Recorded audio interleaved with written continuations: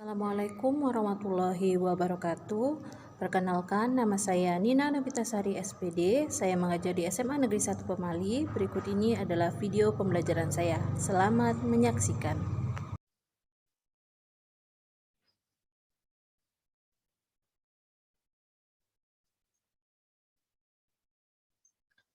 Assalamualaikum warahmatullahi wabarakatuh. Waalaikumsalam warahmatullahi wabarakatuh. Bagaimana kabarnya hari ini anak-anak? Alhamdulillah baik. Bu. Baik ya. Nah, sebelum memulai pembelajaran hari ini, kita berdoa dulu ya kepada Nak Arya. Mohon pimpin doa hari ini, Nak. Ada baiknya kita sebelum memulai pelajaran hari ini kita berdoa menurut agama dan percayaan masing-masing. Berdoa mulai.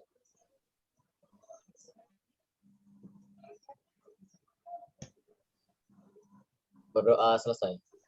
Baik, terima kasih ya Nak Arya. Siapa yang tidak hadir hari ini? Sekretaris Yanti, siapa yang tidak hadir, Nak? Ya Bu, ada 2 orang anak yang tidak hadir, yaitu Heru Susilo dikarenakan izin dan Puja Valita dikarenakan sakit. Ya, kita doakan untuk Puja segera diberi kesembuhan ya. Kita hari ini akan mempelajari mengenai materi lanjutan pada materi sebelumnya ya, yaitu tentang gerak aktif. Nah, siapa yang masih ingat mengenai materi sebelumnya kita mempelajari tentang apa? Kariska, Bu. Ya, Rizka, tentang apa Rizka kita minggu kemarin? Tentang mengenai rangka dan sendi. Rangka dan sendi. Nah, siapa yang masih ingat apa aja fungsi rangka? Saya Bu masih ingat. Ya, silakan Rizka. Fungsi rangka ada 6, yaitu yang pertama sebagai alat gerak pasif, kemudian yang kedua sebagai penyokong tubuh, yang ketiga sebagai pembentuk tubuh, yang keempat sebagai tempat penyimpanan energi, yang kelima sebagai tempat melekatnya otot, dan yang terakhir sebagai tempat pembentukan sel darah merah dan sel darah putih, Bu. Iya, baik sekali. Terima kasih Diska. Ternyata masih ingat ya fungsi dari rangka. Nah, yang masih ingat mengenai bentuk tulang, ada berapa? Nah, siapa yang bisa masih ingat? Bu, ya silakan. Bentuk tulang ada 5, yaitu tulang pipa, tulang pendek, tulang pipi, tulang tak beraturan, dan tulang sesamoid. Iya, baik sekali. Kemudian ada berapa macam persendian? Siapa yang masih ingat? Ada 3 macam, Bu. Ya, silakan. Yang pertama sendi sinakrosis, yaitu sendi yang mati. Kemudian yang kedua sendi amfiatrosis, yaitu sendi yang bergerak terbatas. Kemudian yang ketiga sendi diartrosis atau sendi yang bergerak bebas, Bu. Ya, baik sekali ya. Semuanya masih mengingat materi pada minggu sebelumnya, yaitu tentang sistem gerak dan sistem rangkai dan sendi ya. Nah, kalian sudah masih ingat fungsi, bentuk tulang, dan persendian. Kaitannya pembelajaran kita pada hari ini yaitu pada rangka itu mengenai gerak pasif. Hari ini kita akan mempelajari mengenai gerak aktif. Nah, saya ingin bertanya pada kalian, kalau kalian mendengar kata binaragawan, apa yang terlintas di pikiran kalian? Hastina, Bu. Lelaki yang berotot. Lelaki yang berotot. Kemudian apa lagi? Lelaki yang kekar. Kekar, berotot. Nah, oke, saya share screen dulu ya. Baik, Bu. Nah, pada gambar ini, yang mana laki-laki berotot dan tidak berotot? Yang mana binaragawan dan tidak binaragawan? Dari sini, mana? Gambar pertama atau gambar kedua? Gambar kedua, Bu. Gambar kedua. Apa yang membesar di sini? Otot Lengan. Otot lengannya. Kemudian, apakah yang gambar pertama ini dia tidak memiliki otot? Dia memiliki, Bu. Memiliki. Jadi semua manusia memiliki otot tidak? Memiliki. Ya, Memiliki ya. Apa jadinya kalau kita tidak punya otot? Tidak bisa Ya, bergerak. bisa bergerak. Benar sekali, lemas, tidak bisa bergerak ya, karena tidak ada yang menggerakkan tulang kita kan? Oke. Jadi sudah tahu ya materi apa yang akan kita pelajari pada hari ini.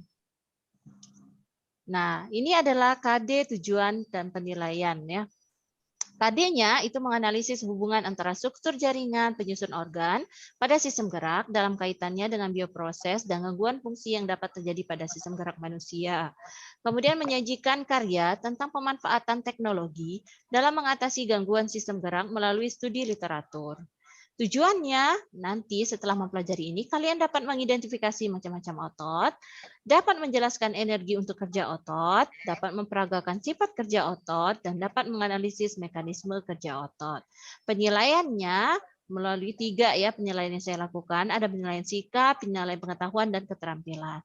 Penilaian sikap ya bagaimana cara kalian berdiskusi, menyampaikan sikap dalam proses pembelajaran ini. Pengetahuan nanti pada link pada Classroom sudah saya bagikan link untuk evaluasi melalui Google Form. Nah, itu dikerjakan, itu merupakan penilaian pengetahuan.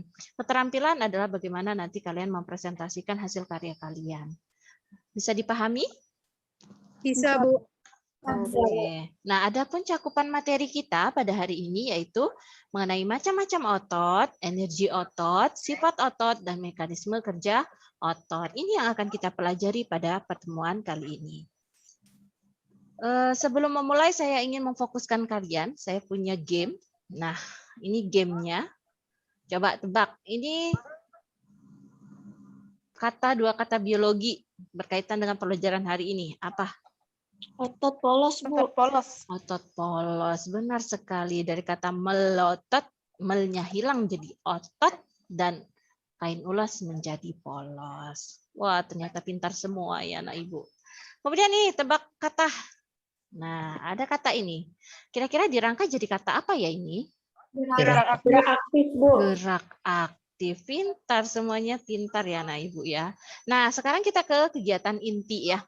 Kegiatan inti ini saya akan memberikan video. Sudah saya berikan video di Classroom. Sudah saya share ya. Sudah dicermati belum? Nah, jika belum kita cermati sama-sama. Video ini bentar ya. Tadi saya lupa untuk bagi audionya. Oke. Nah, otot yang terdapat pada dinding saluran pencernaan adalah otot polos. Sel-sel otot polos berbentuk gelendong, yaitu kedua ujung-ujungnya meruncing, bagian tengahnya membesar, dan mempunyai sebelah inti. Otot polos tidak dipengaruhi kehendak. Karena itu, cara kerja otot polos disebut otot tak sadar. Otot polos tetap bekerja meskipun kita sedang tertidur. oke. Nah, dari tayangan video tadi, informasi apa yang kalian dapatkan?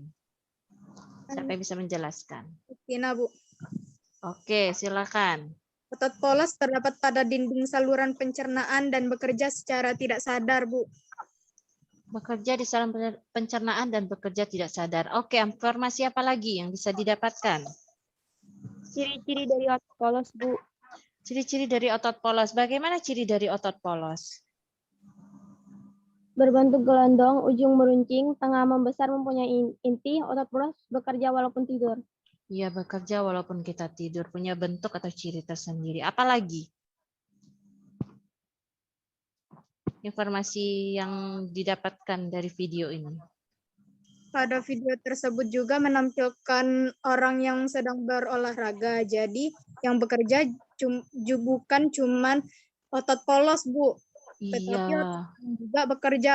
Otot apa yang bekerja di sini? Otot lengannya, Bu. Otot lengan. Ada informasi lain atau pertanyaan mengenai video ini?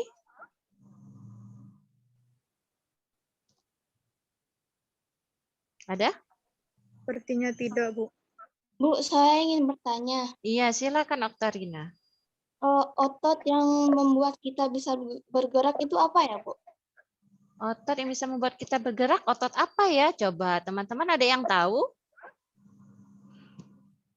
Otot lurik, Bu. Otot lurik. Nah, apakah hanya otot lurik dan jantung, otot lurik dan polos saja yang ada di tubuh kita? Tidak. Tidak. Nah, untuk lebih lengkapnya, untuk mengetahui apa saja otot yang ada di tubuh kita, bagaimana energi otot tadi, sifat otot dan mekanismenya, kalian akan mengerjakan LKPD yang sudah Ibu bagikan di Google Classroom ya. Nah, pekerjaannya secara berkelompok. Jadi silakan kalian membentuk kelompok sebanyak 6 kelompok beranggotakan 6 orang. Kemudian silakan join ke dalam ruang diskusi breakout Zoom kelompok masing-masing. Jadi setelah ini saya akan memasukkan kalian ke breakout Zoom ya. Saya stop share dulu ya. Ya, Bu.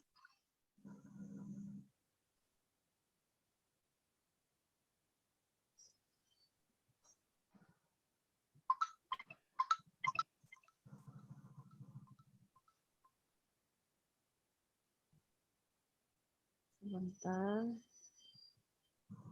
Breakout Zoom-nya saya buat. Nah, sudah saya bagikan ya. Silakan kalian masuk ke dalam ruang diskusinya.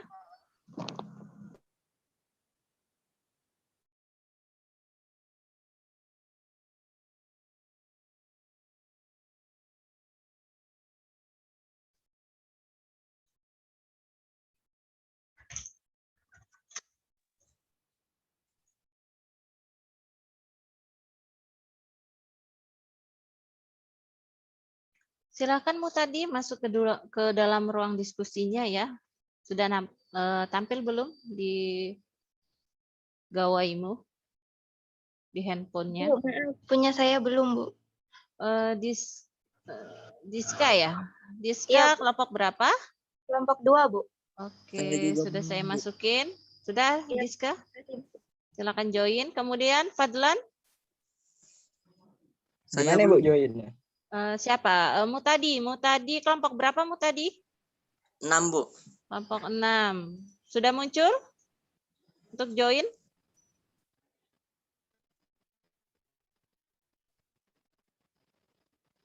Selanjutnya siapa?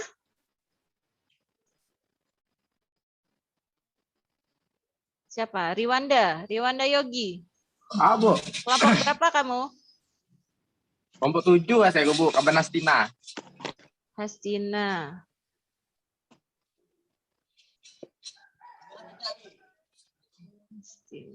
Oke, saya masukin ke kelompoknya Hastina. Fadlan, kelompok siapa?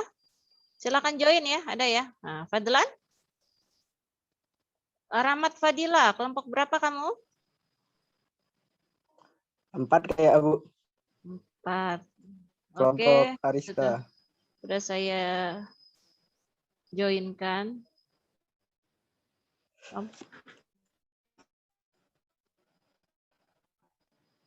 Rahmat, sudah bisa join itu? Ntar Bu. Astagfirullah.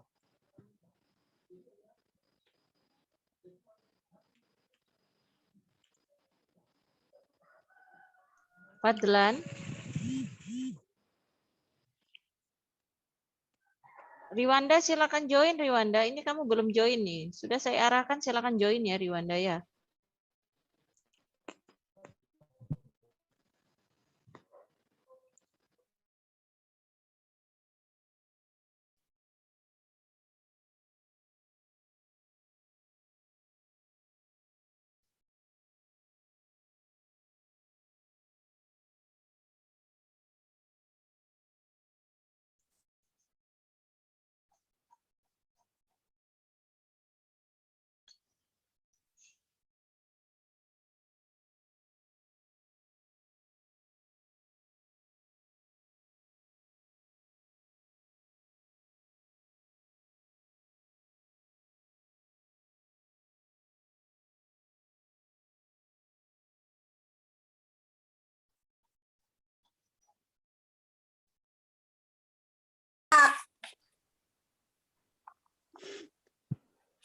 Bagaimana teman-teman? Ada kendala? Tidak. Tidak ya? Ini Halo. si Leo mana ya? Halo anak-anak. Halo Bu. Ya, saya ganggu sebentar ya. Bagaimana proses diskusinya? Ada kendala tidak? Tidak. Tidak, Bu. Tidak. Nah, ada kesulitan dalam pengisian LKPD-nya? Pemecahan masalahnya tidak ada ya? Atau ada masalah silakan dikonsultasikan ya. Siap, Bu. Siap. Oke.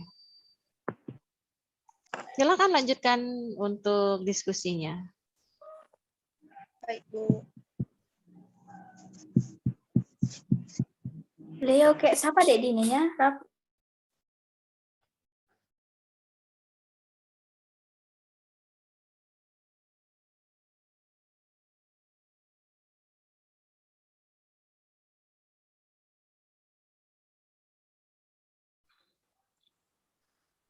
Gawe lah kan. Halo. Halo. Halo, Bu. Maaf mengganggu Halo, ya. Bu. Fokus Ya, dulu ke Bu. saya ya. Ya, Maaf Bu. mengganggu Bu. proses diskusinya. Bagaimana? Apakah ada kendala dalam proses penyelesaian LKPD-nya? Tidak, Bu. Tidak ya. Semua sudah Ya, Bu. paham ya dengan tugasnya masing-masing. Sudah, Bu. Sudah, Bu. Oke. Silakan dilanjutkan ya proses diskusinya. Iya, Jangan lupa nanti ketika proses untuk kegiatan menyajikan hasil karya, kalian akan menampilkan gambar ya untuk kelompok dua. Ya sudah ya. Iya. Oke. Saya tinggal dulu ya.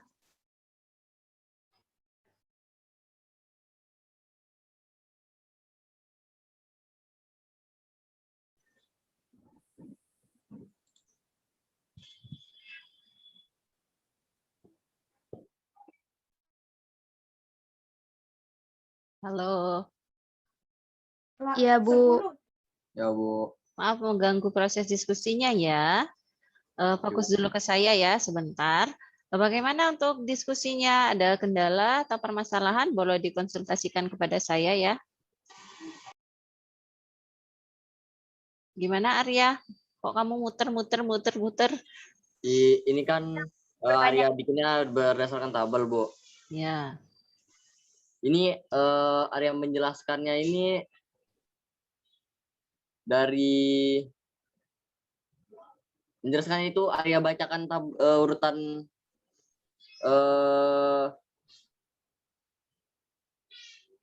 apa itu urutan ininya, Bu. Sesuai dengan urutan ini sudah ada dikerjakan di bagan. Arya menjelaskannya itu per bagan ya, Bu. Misalkan dari ini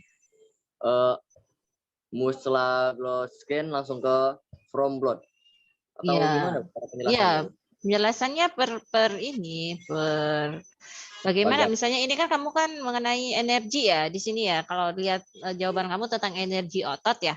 Sudah benar ya, energi ini dari glikogen ya. Glikogen itu nanti pemecahannya bagaimana? Glikogen ini disimpannya di mana? Kemudian kan dipecah menjadi apa? Hasilnya apa? Gitu. Oke, Bu. Baik, terima kasih, Bu. Dari glikogen ke bawah ini kan berarti pemecahan ya. Dipecah, akhirnya menjadi apa? Kalau from blood berarti dari darah ke dalam darah gitu. Oke, Bu. Terima kasih, Bu. Oke, ada permasalahan lagi? Untuk anggota kelompok yang lain, sudah paham dengan tugasnya? Sudah, Bu. Ya, Bu. Oke, saya bisa beralih ke kelompok lain ya. Silakan dilanjutkan diskusinya.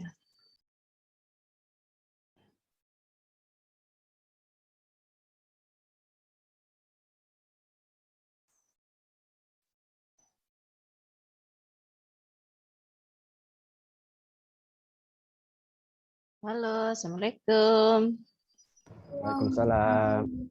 Oke, bagaimana proses diskusinya? Ada sedikit kendala, Bu. Ya, apa kendalanya di sini? Sabila kurang sependapat dengan Lutfi Ya, apa? Masalah apa? tentang sifat kerja otot antara antagonis dan sinergis. Sabilanya tidak setujunya di mana? Menurut saya, sifat kerja otot yang dihasilkan adalah sinergis, Bu. Kalau menurut kamu hanya sinergis saja kerja otot? Atau bagaimana ini? Saya juga bingung ini. Saya juga bingung ini. Permasalahannya apa ini? Gimana Sabila? Halo? Sabilanya menghilang ini, kayaknya gangguan sinyal ya. Oke, Dini, bagaimana permasalahannya tadi? Tolong dijelaskan kembali.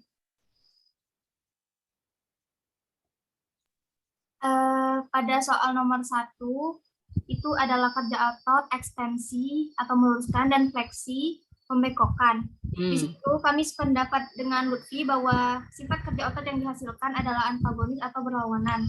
Namun Sabila berpendapat bahwa kerja otot yang dihasilkan adalah sinergis atau searah. Kenapa menurut Dini itu antagonis? Kasih penjelasan ke Sabila.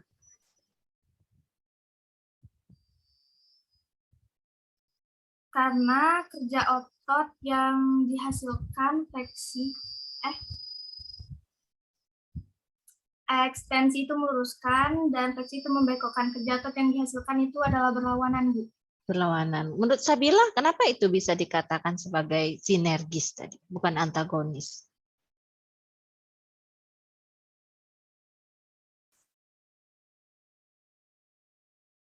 Halo Sabila.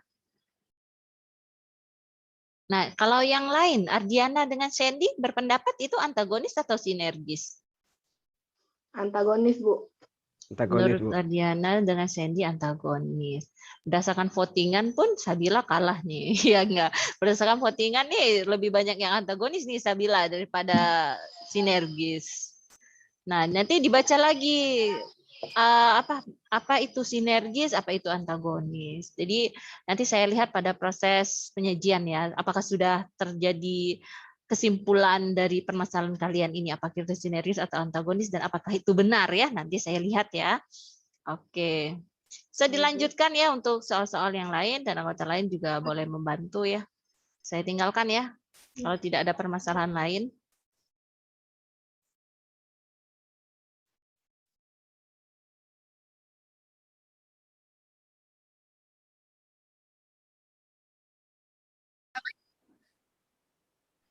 Halo.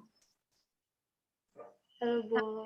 Ya, bagaimana? Apakah ada kendala dalam proses diskusinya? Tidak, Bu. Tidak Bu. ya? Kami Oke. Sudah ditemukan pemecahan masalahnya? Sudah, Sudah, Bu. Bu. Oke, Alhamdulillah. baik sekali. Boleh saya tinggal ya ke kelompok lain ya? Mungkin dalam berapa menit lagi kita kembali ke ruang utama.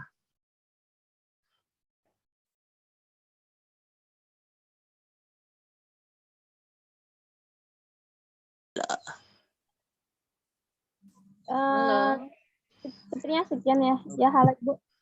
Oh, maaf ya mengganggu proses diskusinya ya. Fokus ke saya dulu. Apakah ada permasalahan dari proses diskusi untuk pemecahan masalahnya? Alhamdulillah lancar. Lancar ya. Tidak ada kendala? Tidak, Bu. Oh, syukur sekali. Dalam beberapa menit lagi kita akan kembali ke ruang utama ya. Ya, Bu. Baik.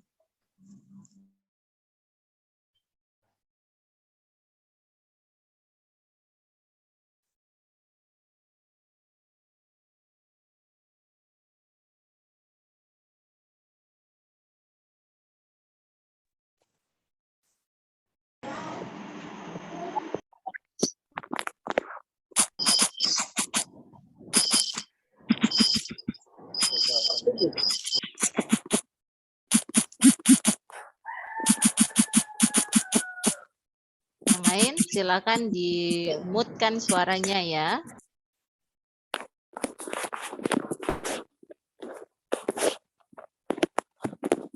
Oke, Bu.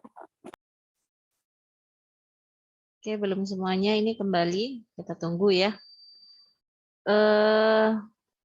Sudah selesai ya proses diskusinya? Sudah, Bu. Baiklah, ini nanti kita ke tahap selanjutnya ya. Tadi saya kira kalian sudah melakukan pemecahan masalah ya. Sudah melakukan diskusi penyelidikan, kemudian ini ke tahap menyajikan hasil karya. Silakan untuk kelompok 1 untuk menyajikan hasil karyanya.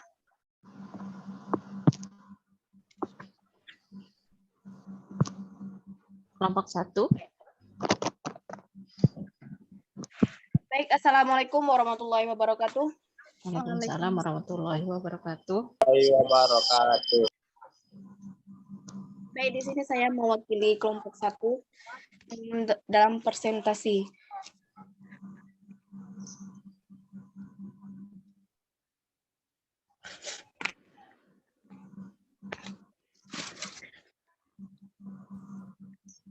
Baik, ini adalah gambar otot lurik. Terdapat di bagian paha dengan tangan. Hubungannya dengan soal kita yaitu mengapa kita mampu beraktivitas berlari karena adanya otot lurik. Otot lurik ini bekerja jika diperintahkan oleh otak melalui sistem saraf. Hal inilah tangan kita, kaki kita dapat bergerak sesuai yang kita inginkan. Otot lurik bekerja secara sadar. Secara sadar artinya apabila kita merasa lelah, maka kita akan berhenti. Di bagian mana sih otot lurik itu bekerja? Nah, di sini anggap saja ini bagian kaki ya, Bu. Mohon maaf, gambarnya kurang jelas.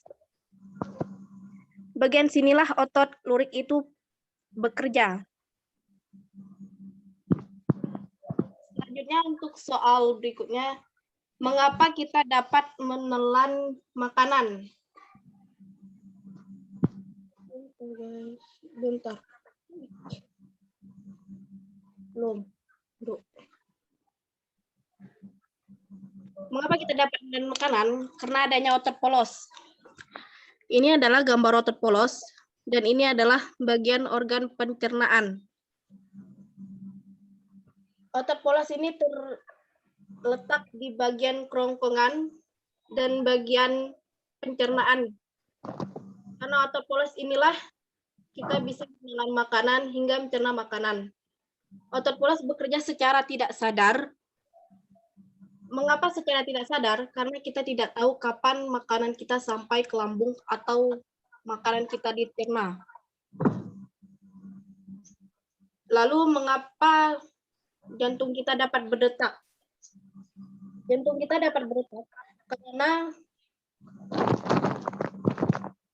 otot jantung ini terletak di bagian dinding jantung. Ini gambar otot jantung dan ini adalah jantung.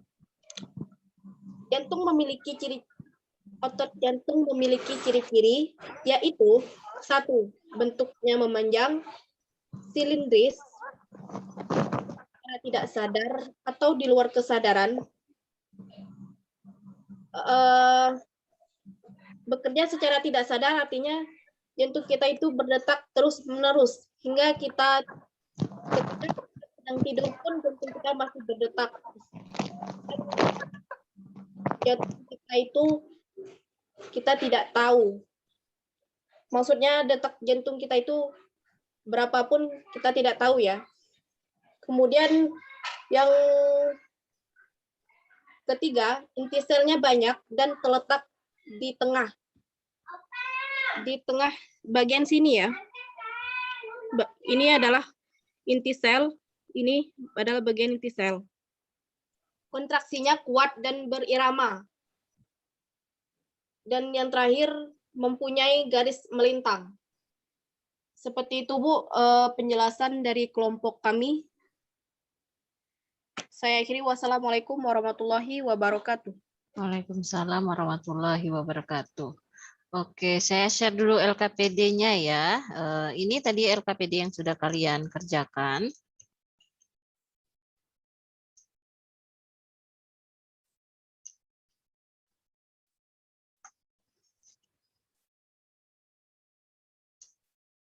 Di LKPD tadi ada tujuannya kan mengidentifikasi macam-macam otot ya. Tadi dijelaskan ada 3 macam otot. Nah, kemudian dari kelompok lain bagaimana? Apakah ada kendala? Alhamdulillah tidak, Bu. Gambar dan penjelasannya sudah jelas belum dari kelompok? Sudah, Bu. Sudah jelas ya? Sudah. Oke. Untuk kelompok 2, boleh disajikan hasil karyanya. Baik, Bu. Assalamualaikum warahmatullahi wabarakatuh. Waalaikumsalam warahmatullahi wabarakatuh. Baiklah, teman-teman, di sini saya akan mempresentasikan hasil diskusi dari kelompok kami yang berkaitan dengan soal nomor 2, yaitu tentang struktur otot rangka yang terdapat pada tubuh manusia. Ini sudah ada gambar yang dibuat.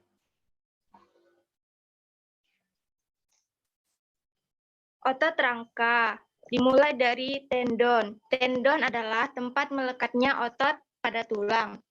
Di sini bagian tendon yang warna abu-abu. Tendon terdiri dari dua macam, yaitu origo dan insersio. Origo adalah kepala otot dan insersio adalah ekor otot. Origo dan insersio sama-sama merupakan bagian ujung otot yang melekat pada tulang. Kemudian di sini yang warna merah yaitu otot rangka. Otot rangka dibungkus oleh lapisan epimisium. Epimisium adalah jaringan ikat padat. Di dalam epimisium ini terdapat berkas serat-serat otot yang dinamakan fasciculus otot. Sebelah sini.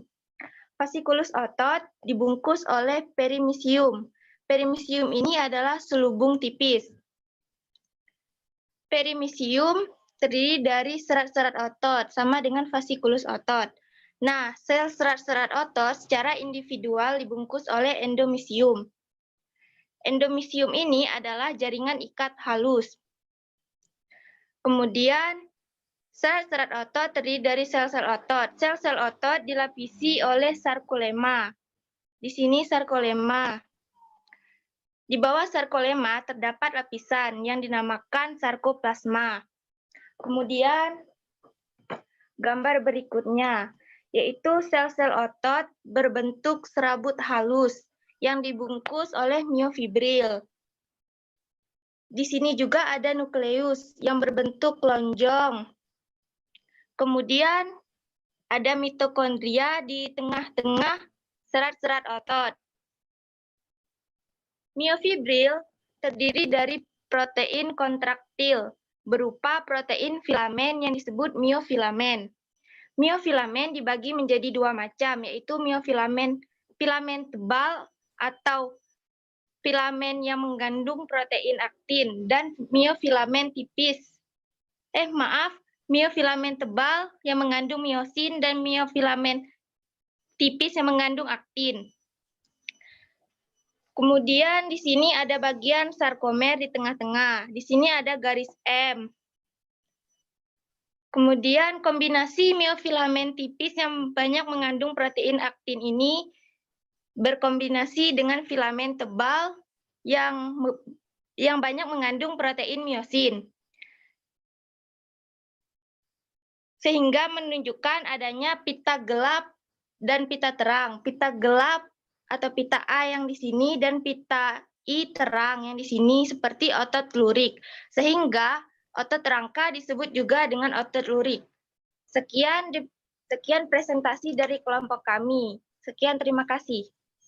Oke, baik sekali ya, gambarnya sangat bagus ya dari kelompok 2 untuk struktur otot. Bagaimana dengan kelompok yang lain? Apakah ada perbedaan gambar dari struktur ototnya? Tidak. Tidak, jawabannya sama? Sama semua.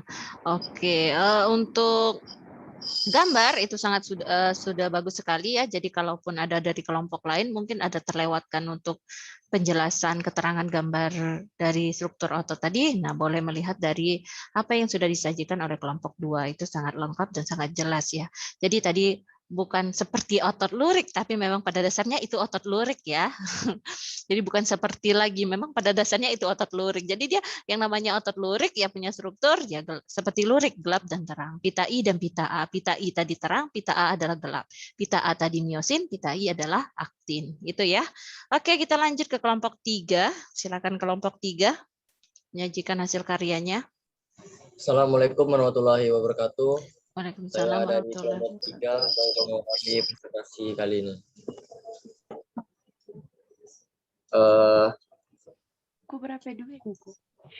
Pertanyaannya, pada saat kita berpuasa, kita menahan makan dan minum. Akan tetapi kita masih bisa beraktivitas seperti biasanya. Mengapa bisa demikian? Di sini saya akan menampilkan strukturnya. Di sini ada dan bisa dibantu dengan teman sekelompok saya.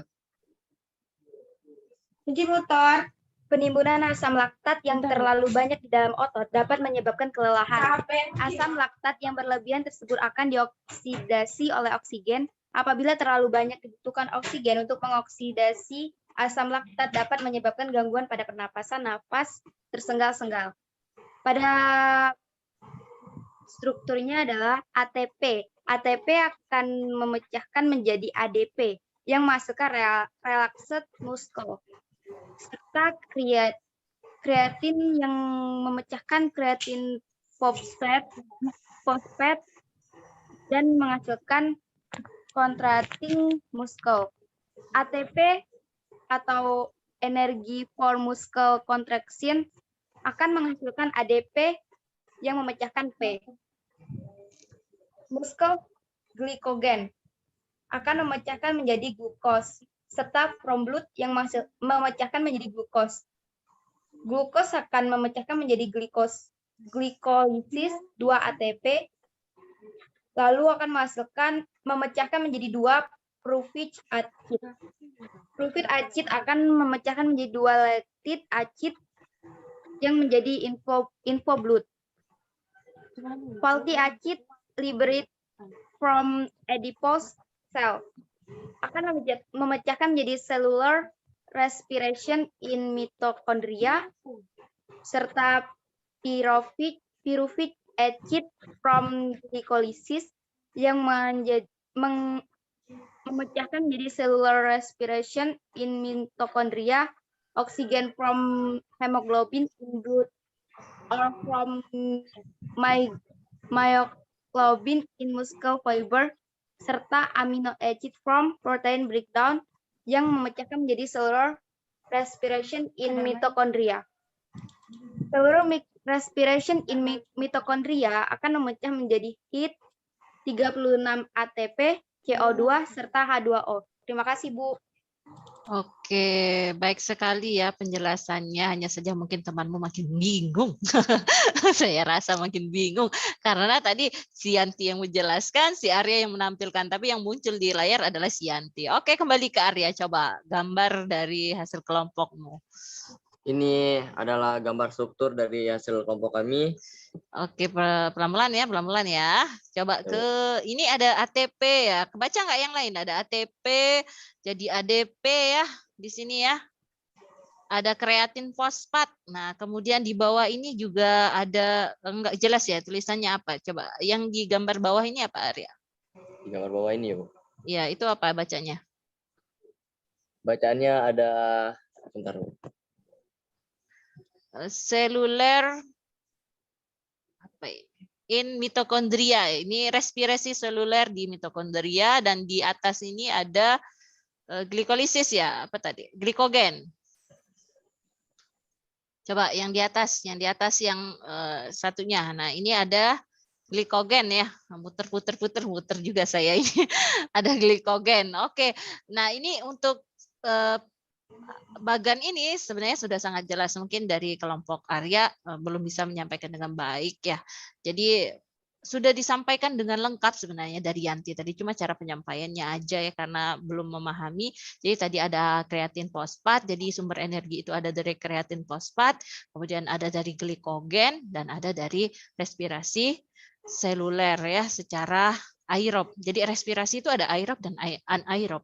Ketika aerob dia membutuhkan oksigen, ketika anaerob tidak butuh oksigen. Nah, pemecahan glikogen, ini glikogen berubah menjadi glukosa, glikogen itu ada di mana? Adanya di otot dan di hati. Jadi ketika kita puasa, mengapa kita tidak lemas, bisa beraktivitas? Nggak mungkin kan kamu puasa, kalau puasa masih bisa jalan tidak?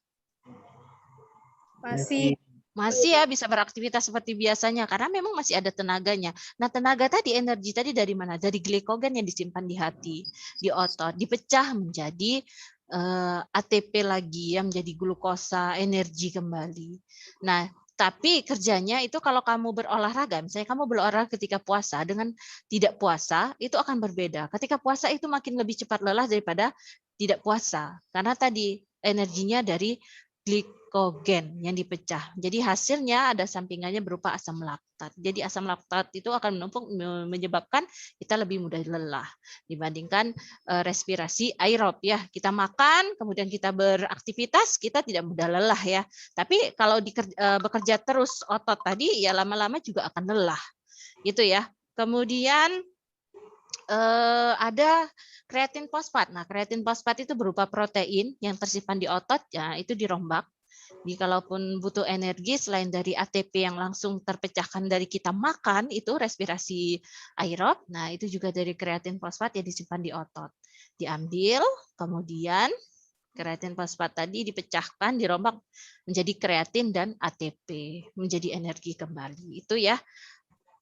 Untuk penambahan, untuk kelompok lain bagaimana jawabannya? Apakah seperti saya atau sepertinya kelompok Arya? Jadi di dalam sana terdapat proses kimia laktasid yang memecah menjadi glukosa dan asam laktat seperti yang Ibu katakan, Bu. Iya, itu dari glikogen. Glikogen berpecah menjadi laktasid, laktosa, dan sukrosa ya di situ ya. Ya, Bu. Oke, itu proses kimianya saja. Jadi dari glikogen memecahnya menjadi gula sebelum jadi glukosa ya laktosa dan sukrosa tadi. Oke, ada pertanyaan kembali? Sepertinya tidak, Bu. Tidak. Bisa kita lanjutkan ke kelompok selanjutnya, kelompok 4. Silakan kelompok 4. Assalamualaikum warahmatullahi wabarakatuh. Oke, Bu, saya akan mempresentasikan dari kelompok saya. Untuk gambar nomor 1 adalah gambar ekstensi dan fleksi. Ekstensi adalah meluruskan, fleksi adalah membengkokkan. Sifat kerja ototnya adalah antagonis. Antagonis merupakan pasangan otot yang melakukan gerak berlawanan pada otot yang sedang berkontraksi. Contoh gerakannya, misalnya gerakan otot tricep dan otot bicep untuk mengangkat dan meluruskan lengan bawah. Gambarannya untuk ekstensi seperti ini, meluruskan, dan fleksi membengkokkan. Untuk gambar nomor 2 adalah inversi dan eversi. Inversi adalah gerakan memutar kaki ke bawah, arah kanan ke dalam tubuh, sehingga sisi media telapak kaki terangkat. Eversi adalah gerakan memutar kaki kiri ke luar tubuh, sehingga sisi lateral telapak kaki terangkat. Sifat kerja ototnya tetap antagonis, berlawanan. Contoh gerakannya, misalnya gerakan memutar kaki ke kanan ke dalam tubuh dan kaki kiri keluar tubuh. Contoh gambarannya seperti saya gerakan untuk ke tangan ya, biar lebih mudah. Ini kaki. Untuk gambar inversinya seperti ini. Dan eversinya seperti ini. Jadi telapaknya keluar dan ke dalam ya gitu ya. Ya, Bu. Gambar nomor 3 adalah supinasi dan pronasi. Supinasi menengadah, pronasi menelungkup. Menengadah adalah melihat-lihat ke atas atau menghadapkan muka ke arah atas. Sifat kerjanya antagonis, berlawanan. Contoh gerakannya, misalnya gerakan telapak tangan menengadah dan gerakan telapak tangan menelungkup. Gambarannya, tangan kita menengadah seperti ini untuk supinasi, pronasi seperti ini untuk menelungkup. Oke. Dan untuk soal nomor 4, 5, 6, saya berikan untuk teman kelompok saya, Ardiana. Silakan Ardiana. Ya, baiklah. Assalamualaikum warahmatullahi wabarakatuh. Waalaikumsalam warahmatullahi wabarakatuh. Di sini saya akan menyampaikan hasil presentasi kerja kelompok kami, kelompok 4, yaitu untuk gambar nomor 4, kerja ototnya abdukasi atau menjauhkan badan dan adukasi mendekati badan. Untuk sifat kerja ototnya yaitu antagonis atau berlawanan. Untuk contoh gerakannya seperti kalau kita merentangkan tangan, kedua tangan sejajar bahu, dan untuk adukasinya bersikap sempurna, tangan di bawah, ke bawah. Lalu untuk contoh gambar nomor 5 itu kerja otot, depresi ke bawah, dan yang ke atasnya yaitu elevasi. Untuk sifat kerja ototnya tetap antagonis atau berlawanan. Yang contoh gerakannya untuk depresi menunduk, kalau elevasi itu menengadah, menghadapkan muka ke atas. Lalu untuk contoh gambar yang kelima itu cara kerja otot pronator dan kerja otot supinator, yang dengan sifat kerja ototnya sinergis atau bekerja sama, yang berkaitan dengan otot-otot antar tulang rusuk. Contoh gerakannya yaitu menarik nafas. Sekian yang dapat saya sampaikan hasil presentasi kelompok kami. Apabila ada kesalahan kami mohon maaf. Wabillahi taufiq wal hidayah. Wassalamualaikum warahmatullahi wabarakatuh. Waalaikumsalam warahmatullahi wabarakatuh. Baik sekali ya, dari kelompok 4 sudah memperagakan gerakan sifat otot antagonis maupun sinergis. Nah, kelompok lain bagaimana? Sudah bisa dipahami atau ada kritikan, ada tanggapan dari kelompok 4? Tidak, Bu. Jawaban semuanya sama? Oke, baik Sama. sekali. Kalau tidak ada permasalahan, kita lanjut ke kelompok berikutnya, kelompok 5. Silakan. Assalamualaikum warahmatullahi wabarakatuh. Waalaikumsalam warahmatullahi wabarakatuh. Saya akan mempresentasikan hasil dari diskusi kelompok 5. Pertanyaannya adalah, bagaimanakah mekanisme kerja otot pada saat relaksasi? Di sini sudah saya gambarkan mekanisme kerja otot pada saat relaksasi.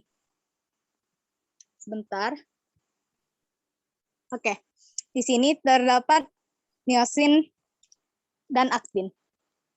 Di sini sudah saya gambarkan otot-otot yang berelaksasi akan terjadi penguraian.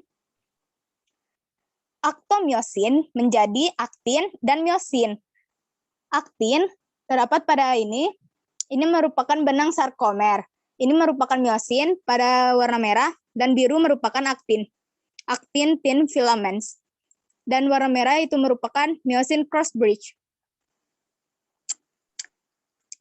Mekanismenya terdapat pada sini, tidak adanya rangsangan lagi, lalu berkurangnya ion kalsium, aktomiosinnya terurai, seperti yang sudah saya jelaskan, aktomiosin yang terurai menjadi aktin dan miosin, otot kembali ke semula, maksudnya otot yang berbentuk kembali kepada semula, lalu otot memanjang. Otot yang berelaksasi memang pengertiannya merupakan otot yang memanjang. Di sini juga sudah kami tuliskan proses kimia saat melakukan relaksasi otot, yaitu glikogen yang menjadi laktasinogen. Lalu laktasi tersebut memecahkan diri menggunakan glukosa dan asam laktat. Terdapat juga glukosa yang ditambah dengan oksigen yang menjadi karbon dioksida dan air. Seperti yang kalian dapat lihat, ini merupakan otot relaksasi. Baiklah Bu, sekian dari kelompok kami. Apakah ada yang mau ditambahkan? Ya, silakan kelompok lain. Apakah ada perbedaan jawaban? Apakah sudah mengerti penjelasan dari kelompok 5 tentang relaksasi otot? Mengerti, Bu. Mengerti. Otot relaksasi karena apa? Otot relaksasi terjadi dikarenakan penguraian aktomiosin. Aktomiosin ya, oke. Ingat kata aktomiosin, karena ini berkaitan dengan proses kontraksi juga yang akan dijelaskan oleh kelompok 6. Nanti terlihat perbedaannya. Oke, terima kasih Hasina. Silakan kelompok 6. Terima kasih. Assalamualaikum. Waalaikumsalam. Silakan kelompok 6. Kelompok 6. Ya, saya Bu. Ya. Assalamualaikum warahmatullahi wabarakatuh. Waalaikumsalam warahmatullahi wabarakatuh. Di sini saya akan mewakili kelompok 6 untuk mempresentasikan jawaban kami. Pertama, saya akan menunjukkan pertanyaannya, bagaimanakah mekanisme kerja otot saat berkontraksi? Mula-mula saya akan menjelaskan apa itu kontraksi otot. Kontraksi otot adalah keadaan saat otot menegang dan memendek sehingga kemudian dapat menggerakkan tulang atau rangka tubuh. Unit fungsional pada otot disebut sarkomer. Berikut adalah sarkomer.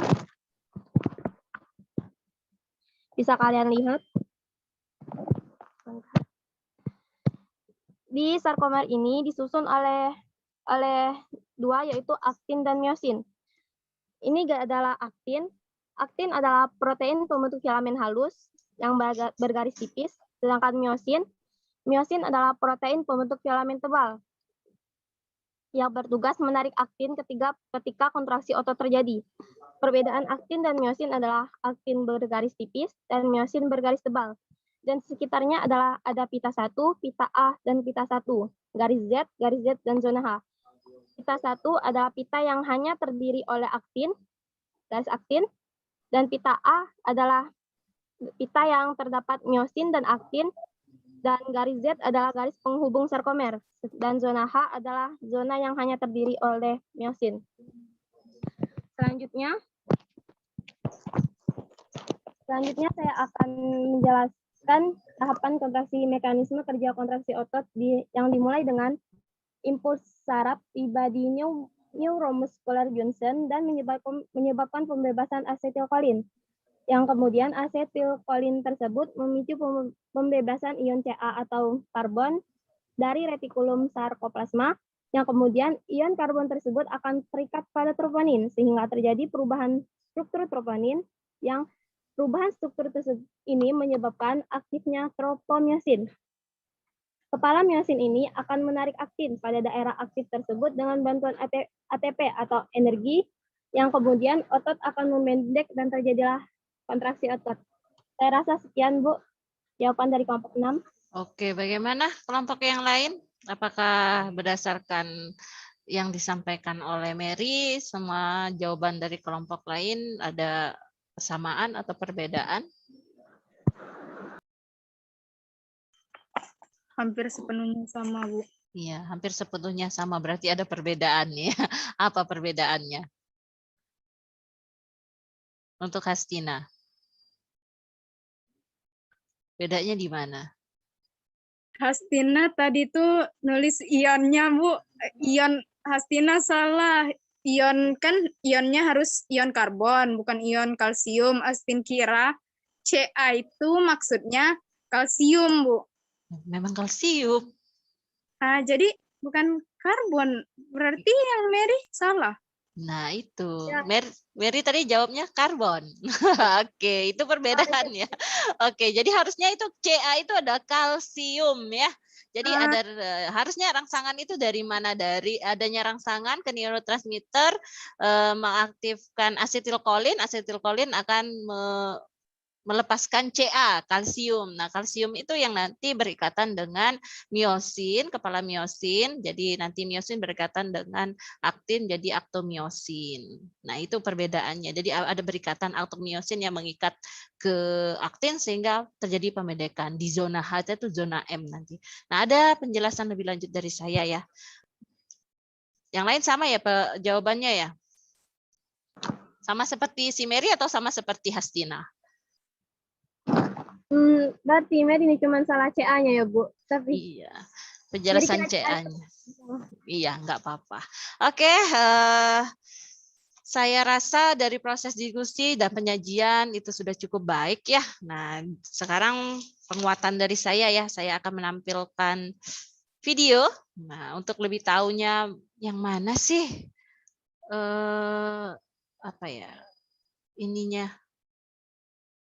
aktin miosinnya yang mana, jadi agar lebih tahu. Sebentar.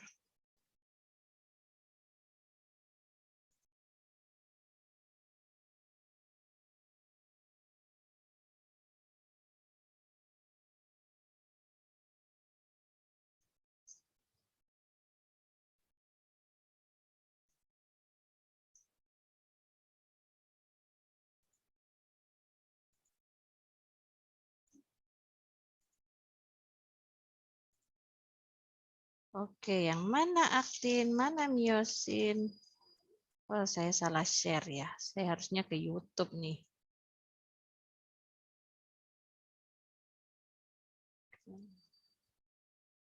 Terlihat enggak di kamu? Belum? Belum. Oke, ini ya. Yang mana? Sebentar.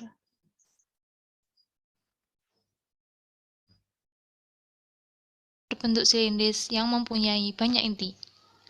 Otot akan berkontraksi atau berelaksasi jika menerima sinyal dari sistem saraf.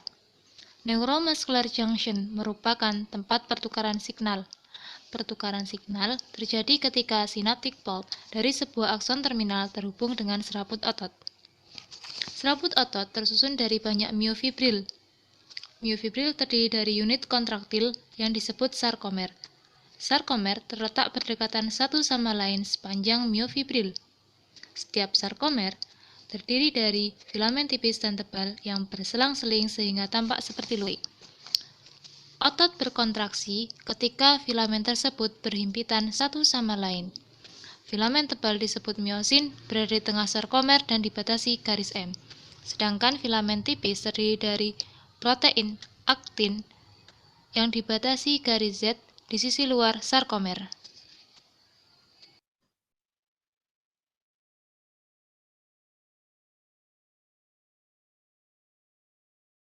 Kontraksi otot dimulai ketika ikatan ATP dihidrolisis menjadi ADP dan inorganik fosfat. Hal tersebut membuat kepala miosin tegak dan dapat berlekatan dengan binding site aktin membentuk cross braid. Aksi tersebut disebut power stroke. Memicu filamen miosin bisa mendorong filamen aktin ke garis M, sehingga membuat sarkomer memendek. ADP dan inorganik fosfat terlepas selama power stroke. Miosin masih tetap berdekatan dengan aktin hingga terdapat molekul ATP baru. Miosin yang bebas akan menuju siklus lainnya untuk melakukan kontraksi kembali atau tetap tidak berdekatan untuk memungkinkan otot berelaksasi. Kontraksi otot dikontrol oleh ion kalsium. Filamen tipis aktin akan beroscilasi dengan protein regulator yang disebut troponin dan tropomyosin. Ketika otot berelaksasi, tropomyosin akan memblok terjadinya crossbreed pada binding site aktin. Ketika level ion kalsium tinggi dan terdapat ATP, ion kalsium berikatan dengan troponin dan mengubah posisi tropomyosin, sehingga myosin binding site pada aktin akan tampak. Kemudian, miosin akan berikatan pada binding site aktin dan membentuk cross braid. Ion kalsium disimpan pada retikulum sarkoplasma dan dilepaskan ketika merespon sinyal dari sistem saraf untuk berkontraksi. Molekul neurotransmitter dilepaskan dari neuron dan berikatan dengan reseptor, di mana membran serat otot mengalami depolarisasi. Electrical impulse berjalan turun menuju bulus T dan membuka penyimpanan kalsium. Ion kalsium mengalir ke myofibril, di mana mereka akan memicu kontraksi otot. Aktin dan miosin saling berhimpitan dan sarkomer memendek, sehingga garis Z akan tampak dekat dengan garis M. Ketika sarkomer pada myofibril berkontraksi, serat otot akan memendek. Ketika serat otot berkontraksi secara serentak, sebuah otot dapat memproduksi gaya yang cukup untuk menggerakkan anggota badan. Apakah sudah jelas dengan video yang ditampilkan tadi? Sudah, Bu. Sudah, Bu. Oke, sudah ya. Nah, jadi tadi dari myofibril kalau dia memendek terjadi kontraksi, maka serat otot akan memendek dan organ otot akan memendek. Saya rasa cukup ya penguatan dari saya. Kita bersama-sama menyimpulkan ya pembelajaran hari ini. Nah, untuk tujuan pembelajaran yang pertama, menjelaskan macam-macam otot. Siapa yang bisa menjelaskan macam-macam otot? Silakan. Mariska, Bu. Ya, silakan, Mariska. Secara singkat, cara kerja otot lurik yaitu, macam-macam otot yaitu ada 3, yaitu otot lurik, otot jantung, dan otot polos. Otot lurik yaitu bentuknya silindris, panjang, serta mempunyai ribuan serabut yang berbentuk jaringan otot. Letaknya terdapat di bagian otot lengan, perut, dan rangka tubuh. Ketiga, memiliki inti sel yang banyak dan berada di bagian tepi. Keempat, termasuk otot volunter atau bekerja secara sadar. Kelima, mampu bekerja keras dan cepat, tetapi mudah lelah. Untuk otot polos, bentuknya itu gelondongan dengan kedua ujung meruncing, bereaksi lambat tetapi tidak mudah lelah. Kedua, terdapat pada otot peredaran darah, otot urat nadi, dan otot usus. Itu yang terletak di bagian pencernaan kita. Yang ketiga, termasuk otot involunter atau otonom atau secara tidak sadar. Cara kerjanya tidak sadar ya. Keempat, hanya memiliki satu inti sel yang berada di bagian tengah. Dan kelima, tidak mempunyai garis melintang. Untuk otot jantung, bentuknya itu memanjang, silindris, dan serabut sel bercabang dan saling menyatu. Yang kedua, terdapat di bagian jantung. Bekerjanya secara tidak sadar atau di luar kesadaran, sama seperti otot polos. Secara tidak sadar itu artinya jantung kita tadi terus berdetak terus menerus ya. Seperti yang saya jelaskan di awal pelajaran tadi. Kemudian yang ketiga, inti selnya banyak dan terletak di tengah. Keempat, kontraksinya kuat dan berirama. Dan kelima, mempunyai garis melintang. Begitu, Bu. Oke, baik sekali. Kemudian, menjelaskan energi untuk kerja otot. Dari energinya dari mana saja? Bu. Ya, silakan. Terdapat 3 jenis sumber energi untuk kontraksi otot rangka. Satu, fosfokreaktin, yang mengandung banyak ATP dan dapat langsung digunakan oleh otot, tetapi cepat habis, sekitar 5-8 detik. Yang kedua, proses glikolisis dari glikogen, membentuk asam pirufat dan asam laktat. Reaksi ini tidak memerlukan oksigen dan pembentukan energi 2,5 kali lebih cepat dari mekanisme fosforilasi oksidatif. Namun, karena akumulasi asam laktat, biasanya otot mudah mengalami kelelahan dalam beberapa menit.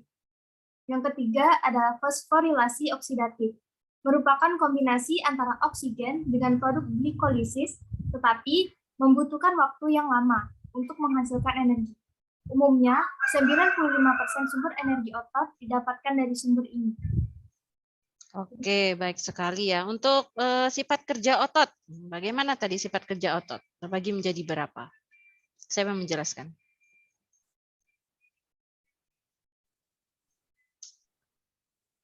Ada 2, Bu. Ya, silakan. Dr. Rina. Sifat kerja otot ada 2, yaitu antagonis dan sinergis.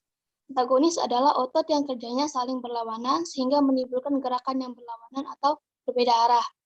Sedangkan sinergis adalah otot yang kerjanya saling mendukung sehingga menimbulkan gerakan satu arah. Oke, baik sekali. Kemudian untuk mekanisme kerja otot, bagaimana? Siapa yang bisa menjelaskan? Hasina, Bu. Ya, silakan Hasina. Ya, Hasina akan menganalisis mekanisme kerja otot, yaitu satu, ketika impuls saraf tiba di neuron muskular, maka akan terjadi pembebasan asetilkolin.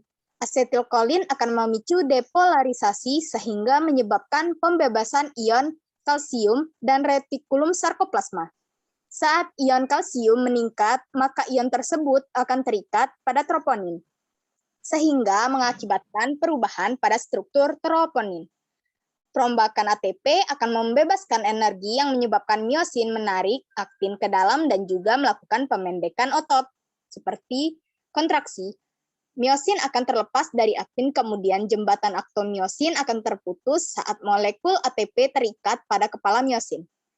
Proses kontraksi pada otot akan berlangsung selama terdapat ATP dan ion kalsium. Ketika impuls terhenti, maka kalsium akan kembali ke retikulum sitoplasma. Ya, baik sekali ya. Kesimpulan sudah kalian lakukan. Saya rasa semuanya sudah paham ya. Selanjutnya kita melakukan permainan Kahoot ya. Saya share Kahoot-nya, silakan bergabung untuk memainkan. Oke, saya share. Ternyata di sini sudah ada yang bergabung ya. Jadi kita langsung mulai saja.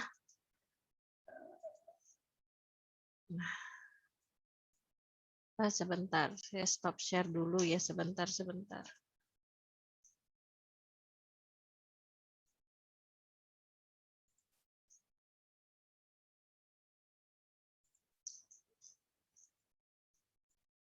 Ya, silakan.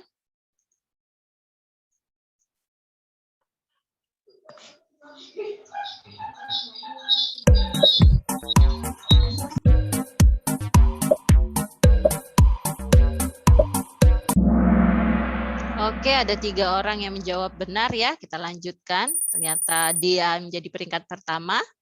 Kita lanjutkan ya.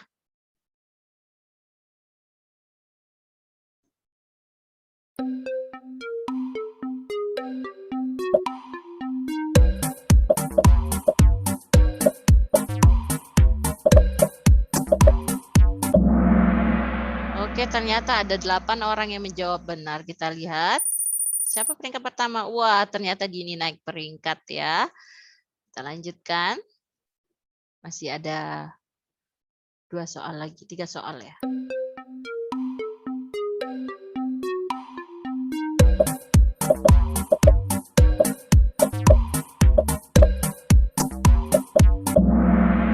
Oke, ada 7 orang yang menjawab benar ya di sini, kita lihat.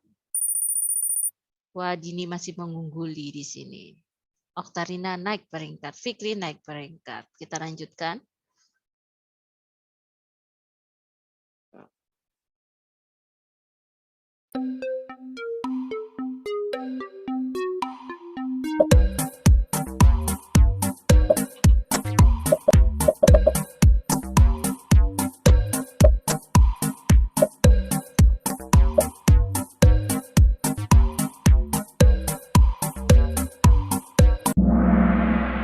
Oke, 6 orang yang menjawab benar. Kita lihat. Wah, Nasya ya 3 kali berjurut kayaknya menjawab benar. 4 kali menjawab benar. Tapi masih diungguli oleh Dini. Terakhir, soal terakhir.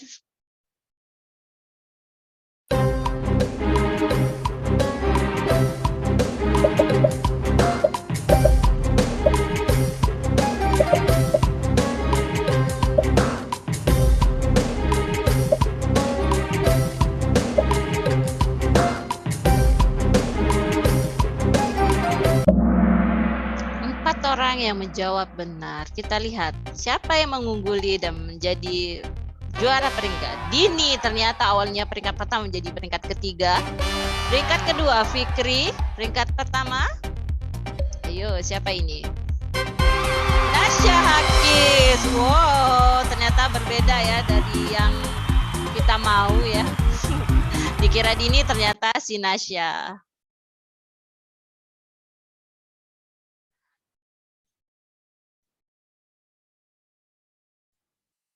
Oke, tepuk tangan untuk Nasya ya. Ternyata menjadi peringkat pertama. Bagaimana pembelajaran hari ini anak-anak? Alhamdulillah, seru. Seru ya, menyenangkan ya. Saya juga melihat pembelajaran yang kalian lakukan itu sangat baik ya. Oke, silakan kalian mengerjakan. Di Classroom sudah ada link soal ya. Silakan dikerjakan. Saya beri waktu 5 menit, silakan.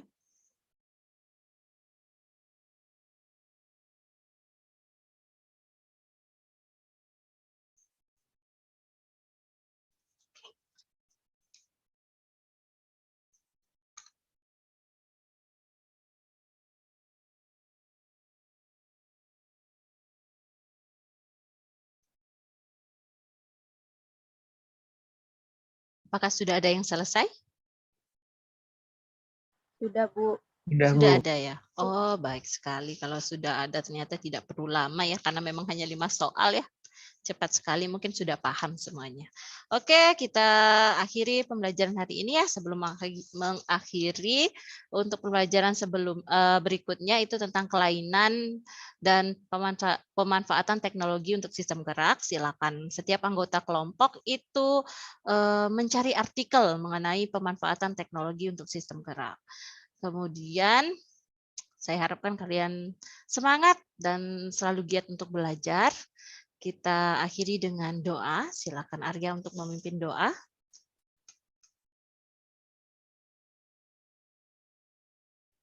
Halo Ari. Ada baiknya sebelum kita mengakhiri pelajaran kita berdoa. Berdoa mulai.